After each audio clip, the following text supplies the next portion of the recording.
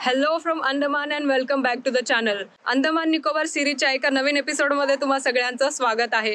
मी सध्या आहे पोर्ट ब्लेअरमध्ये, जे की अंदमानमधली सगळ्यात मोठी सिटी आहे. आज सकाळी आम्ही पोर्ट ब्लेअरमध्ये येऊन पोहोचलो, पण आमच्या प्रवासाची सुरुवात जी आहे ती 2 दिवस आधीच झाली होती. पुणे टू मुंबई, मुंबई टू कोलकाता आणि कोलकाता टू पोर्ट ब्लेअर असा आमचा हा प्रवास बसने, ट्रेनने आणि विमानाने झालाय. तर मागचे 40 ते 45 तास आम्ही प्रवास करत होतो आणि शेवटी आम्ही इथे पोर्ट ब्लेअर मध्ये येऊन पोहोचलोय. अंदमान मधले द्वीपसमूह आपण एक्सप्लोर करणारच आहोत, पण माझ्या प्रवासाची सुरुवात कुठून झाली तिथून आपण व्हिडिओला सुरुवात करूया. मुंबई टू कोलकाता ही अशी ट्रेन आहे. तर काल रात्री आम्ही मुंबईवरून बसलो होतो ट्रेनमध्ये. संध्याकाळी 5 वाजता CST वरून ही ट्रेन आहे आणि आज रात्री 9:15 वाजता कलकत्त्याला पोहोचणार आहे. तर काल सकाळीच आम्ही पुण्यावरून आमचा जो प्रवास आहे तो सुरू झाला होता. सकाळी 11 वाजता आम्ही वाकड स्टॉपवरून बसलो होतो आणि त्याच्यानंतर मग CSTला पोहोचायला आम्हाला उशीरच झाला. सो इतकं पळत आम्ही येऊन ट्रेन पकडली आहे. सो मस्त जर्नी सुरू आहे इथे ट्रेनमध्ये. तर आज रात्री आम्ही जाऊन पोहोचू 9:15च्या अराउंड आम्ही कलकत्त्याला पोहोचू आणि उद्या सकाळी कलकत्त्यावरून पोर्ट ब्लेअरसाठी फ्लाईट आहे. तर बघूयात आपण. ही 27 तासाची जर्नी आहे. सध्या मी हे बुक वाचतीये. बुकचं नाव आहे माझी जन्मठेप. वि.दा. सावरकरांचं आहे.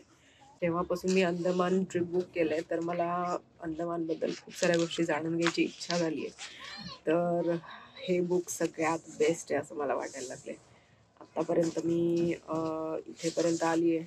त्याच्यामध्ये वि.दा. सावरकरांचं जे लाईफ आहे ते सगळं ह्याच्यात सांगितलंय.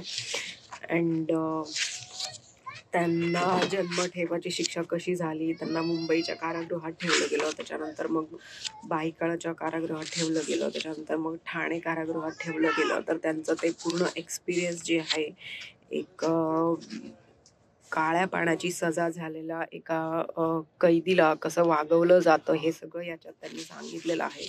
इतकं सुंदर पुस्तक आहे. आणि आता सध्या त्यांना पहिल्यांदा जेव्हा अंदमानात कैदी म्हणून घेऊन आले होते तेव्हा म्हणजे तिथला एक्सपिरियन्स त्यांनी सांगितलंय. ते खूप सुंदर बुक आहे. तर आता मी ते सध्या वाचतीये हे बुक. जेव्हा मी बुकिंग करते ट्रेन बुकिंग, तर नेहमीच आम्ही वरचे जे सीट्स आहेत अप्पर बर्थ तेच सिलेक्ट करत असते. तर इकडे बॅग्स वगैरे आहेत माझे आणि सगळ्यात वरती मी आहे सध्या. वरच्या सीटचं एक ॲडव्हान्टेज असं असतं की आपण कायमचं जे आहे ते म्हणजे आपल्याला फ्रीडम मिळतं की झोपायचं असेल, जेवण करायचं असेल किंवा आपल्या कामात आपण निवांत राहू शकतो. सो असं सगळं सीन आहे सध्या इकडे. असं जेवण आलं आता आणि हे सगळं ट्रेनमध्येच आहे, म्हणजे आमच्या बुकिंगमध्येच इन्क्लुडेड आहे. सो एकात भात आहे आणि जी आमची 27 तासाची जर्नी आहे त्याच्यामध्ये सगळं मिळतं. दुपारचं जेवण, रात्रीचं जेवण, सकाळचं ब्रेकफास्ट अँड ऑल. तर ही जी दुरंतो एक्सप्रेस आहे त्याच्यामध्ये हे सगळे जे मील वगैरे आहेत ते इन्क्लुडेड आहेत. तर इकडे हे सगळं पॅक फूडच आहे जे की मी नॉर्मली खात नाही. इकडे चिक्की आहे अँड याच्यात चपाती आहे, आय गेस ही दही आहे. सो या जेवण करून घेऊयात आता. दुपारचे 1 वाजतायत. अजून 9 पर्यंत आम्हाला ट्रेनमध्ये बसायचं आहे आणि ट्रेन जे आहे ते 1-1.5 तासांनी लेट आहे आय गेस. सो बघूयात. दिवस तर आता पुस्तक वाचण्यातच चाललाय माझा. मस्त जेवण करून थोडंसं झोप काढता येईल.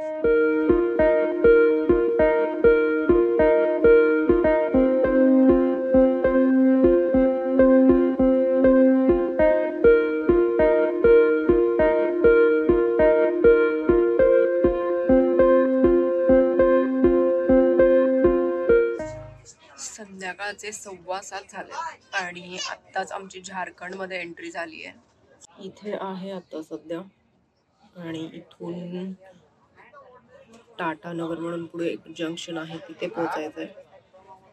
पण आता ट्रेन जी आहे ती 4 तास उशिरा आहे.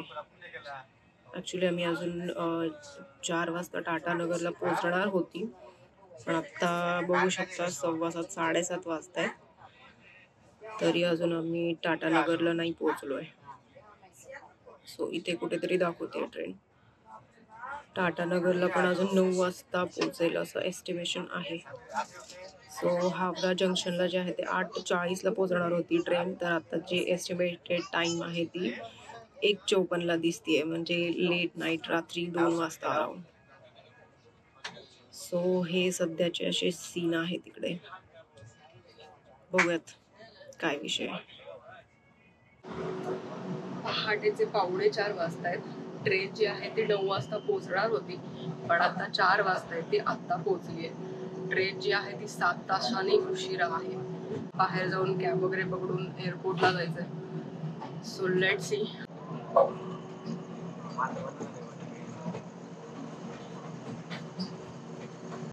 दिस इज हावडा रेल्वे स्टेशन.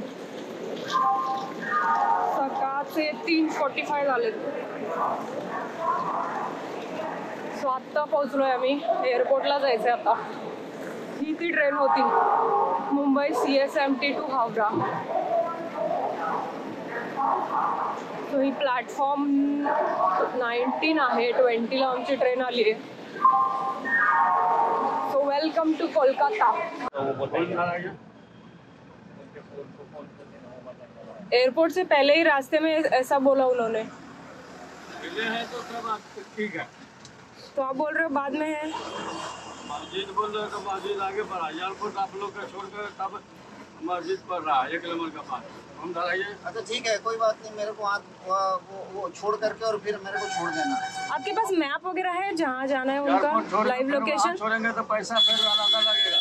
हाँ? अलग लगेगा. अरे तो ये पहले बोलना था ना. पहले अभी क्या फर्क पड़ गया? कैसे फर्क नहीं पड़ा. अभी भी कोई फर्क नहीं पड़ गया. ते टॅक्सीसाठी प्रॉब्लेम चालू आहे. मध्ये कहाँ पे आया. खूप प्रॉब्लेम आहे इकडे टॅक्सीचा.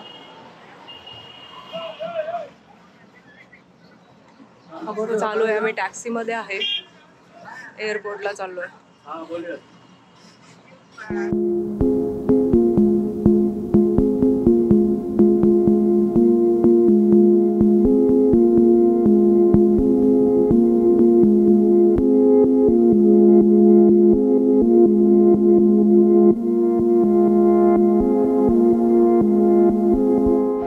सरकारी गाड़ी अभी भी चलती है वो? अभी भी चलती है. Wow. It's a good experience to have once. या कुछ टाइम निकाल के फिर कोलकाता आना पड़ेगा. हाँ हाँ. और मेट्रो भी यहाँ की अच्छी है. It's underground metro. Okay okay.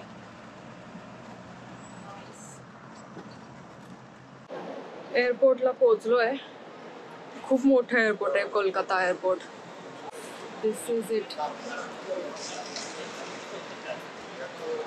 जी 9 वाजताची फ्लाईट आहे आणि एअर इंडिया एक्सप्रेसची फ्लाईट आहे.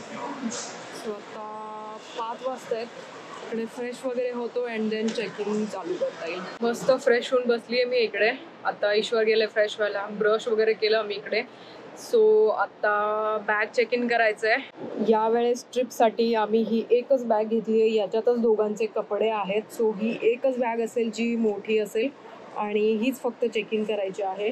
आणि ही एक छोटी बॅग आहे ज्याच्यात लॅपटॉप आहे अँड सगळे लॅपटॉप अँड इलेक्ट्रॉनिक्स. अँड या वेळेस ही एक बॅग एक्स्ट्रा घेतली आहे विच इज बॉटल आहे आणि थोडंफार खायचं सामान आहे.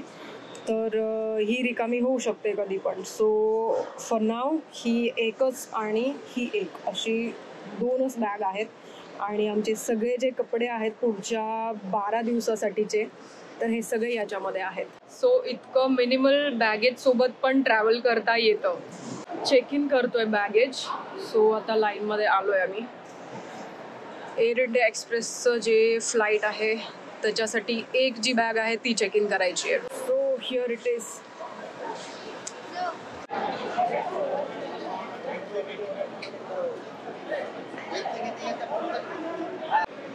चलो तिकीट्स मिळाले.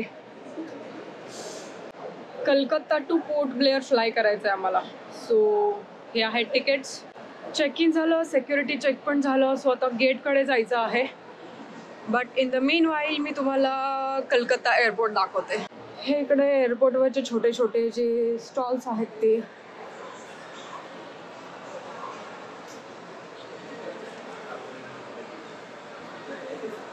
अँड इकडे जे आहे ते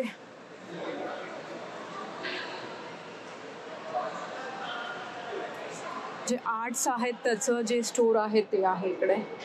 ते मुकुट बघू शकता, खूप सुंदर आहे. नाईस. इकडे मसाजसाठीचं आहे. मस्त सनराईज झालाय आणि इकडे बघू शकता विमानं येत आहेत जात आहेत आणि खूप धुकं आहे बाहेर. थंडी पण तेवढंच आहे बाहेर. सो या गेट 102 खाली जायचंय.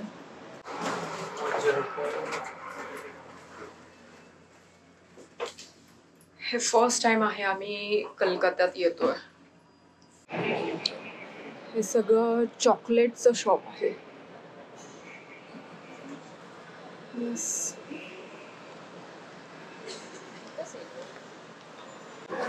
इकडे बोर्डिंग सुरू झालेलं आहे. सो या तिकडे बस थांबली आहे बाहेर.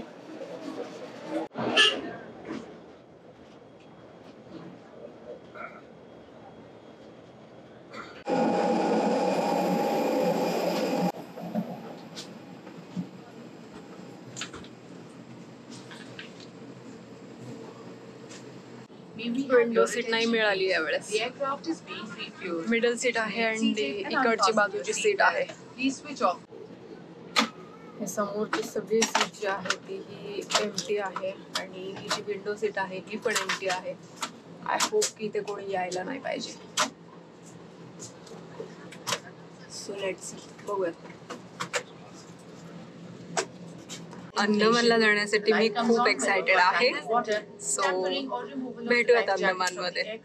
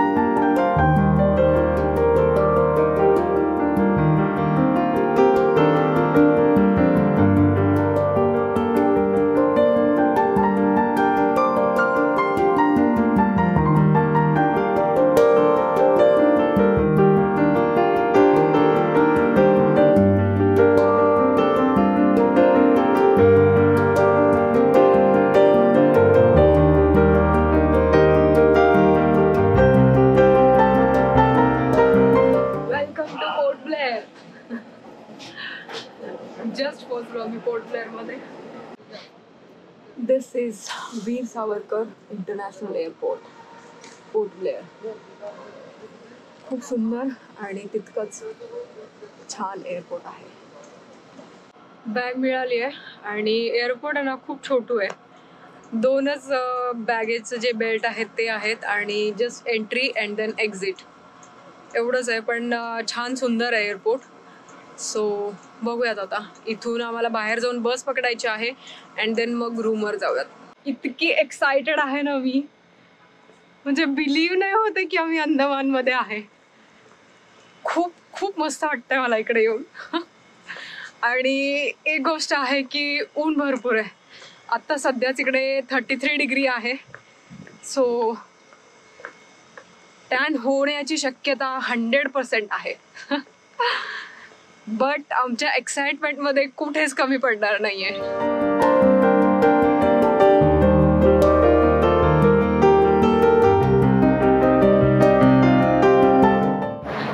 Once again welcome to Andaman guys. मी खूप एक्सायटेड आहे. मला नाही माहिती, म्हणजे विश्वासच बसत नाहीये मला की मी अंडमानमध्ये आली आहे. But anyways yes we are here. आणि येताना जे फ्लाईटमधले नजारे आहेत ना, वरून जे एरियल व्ह्यू दिसत होता, आय मीन काय सांगू यार मी, इतकं निळाशार आणि सगळीकडे छोटे छोटे आयलँड वगैरे दिसत होते, खूप मस्त वाटत होतं. सो हे सगळं एक्सप्लोअर करायला मी ऑलरेडी खूप एक्सायटेड आहे. दिस इज इट. रूमच्या इथे पोचलो आहे आम्ही.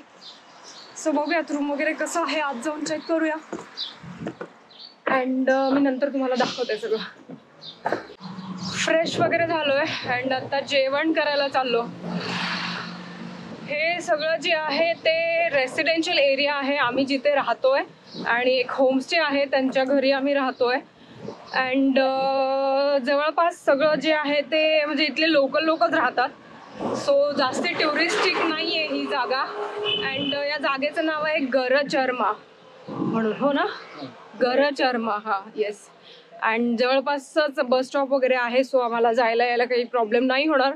बट आम्ही विचार करतोय की 1-2 दिवसासाठी 2 व्हीलर जी आहे ती रेंट करावी. सो बघूयात प्राइसेस वगैरे काय असतील त्याच्यानंतर मग आज तरी नाही घेणार. आज जस्ट आता जेवण करून येतो अँड देन रेस्ट करायचं आहे आज, कारण मागचे 2 दिवस झाले आम्ही कंटिन्यू ट्रॅव्हल करतोय. सो येस, बघूयात आता जेवण करून येऊया आणि मग उद्यापासून जे पोर्ट ब्लेअर अँड अंदमान जे आहे ते एक्सप्लोअर करूयात. हा इकडचा असा थोडा मेन एरिया असल्यासारखाच आहे, गरचर्माचा जो एरिया आहे. अँड आता इकडे जो लेफ्ट साईडचा जो रस्ता आहे तिकडे आमचं होमस्टे आहे. आणि आम्ही तिथे एका लोकल अंकलला विचारलं तर ते म्हणले की 1 किलोमीटरवर इथून राईट साईडला आहे एक रेस्टॉरंट चांगलंवाला. सो आता तिकडे चाललो आहे आम्ही. हे सगळं आहे ना बॅकवॉटर्स आहे आय गेस, का गोड्या पाण्याचं लेक आहे माहिती नाही. बघूयात. आम्ही जिथे राहतोय त्या होमस्टेच्या इथून एक जवळच म्हणजे समोर दिसतंय तिथे लेक आहे, तर संध्याकाळी वगैरे जाता येईल तिकडे. आणि इकडे पण असं पाण्याचं आहे बॅकवॉटर्स टाईप. सो जाऊयात तिकडे पण. हे आहे व्हेज बिर्याणी. सो आम्ही आता जेवण करायला आलोय. आम्हाला येताना एअरपोर्टवरती एक फॅमिली भेटली होती, तर ते सांगत होते म्हणजे ते अंदमानमध्येच राहतात, तर आत्ताच 1-1.5-2 वर्ष झाले ते शिफ्ट झाले तिकडे. तर ती ताई सांगत होती की जे व्हेजिटेबल्स वगैरे येतात बाहेरून येतात समुद्रातून शिप थ्रू जे व्हेजिटेबल्स येतात, तर त्यातले काही शिप्स जे आहेत ते बुडून जातात, म्हणजे उलटे पडतात आणि सगळंच्या सगळं भाजीपाला त्यात बुडून जातं. तर मग तसं जेव्हा होतं तेव्हा जे पण स्टॉक आहे इकडे आयलंडवरती, तर त्यांचे जे प्राइजेस आहेत ते इतके जास्ती होतात, सगळे भाजीपाला वगैरे खूप महाग होतात. तर ती म्हणत होती की टुरिस्टसाठी तर अंदमान महाग आहेच आहे, बट लोकलसाठी पण अशा काही गोष्टी झाल्या तर लोकलसाठी पण इथे राहणं खूप एक्सपेन्सिव्ह आहे.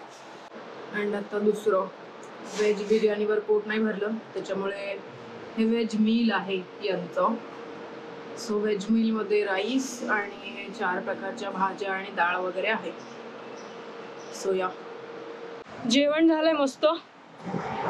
सो आता आम्ही चाललोय वापस रूमकडे.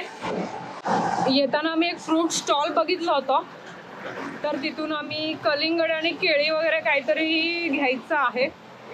सो फ्रूट्स घेऊयात आणि मग रूमवर जाऊया. आजसाठी आराम करायचा आहे, कारण 2 दिवस झाले ट्रॅव्हल झालंय, झोप नाही झाली. सो आज दिवसभर आराम करायचा. संध्याकाळी बघूयात, थोडंसं झोप झाली वगैरे तर मग संध्याकाळी कुठेतरी बाहेर पडता येईल. ऑर एल्स आज निवांत आहे इकडे पोर्ट ब्लेअरमध्ये. सो उद्यापासून पोर्ट ब्लेअर एक्सप्लोअर करता येईल.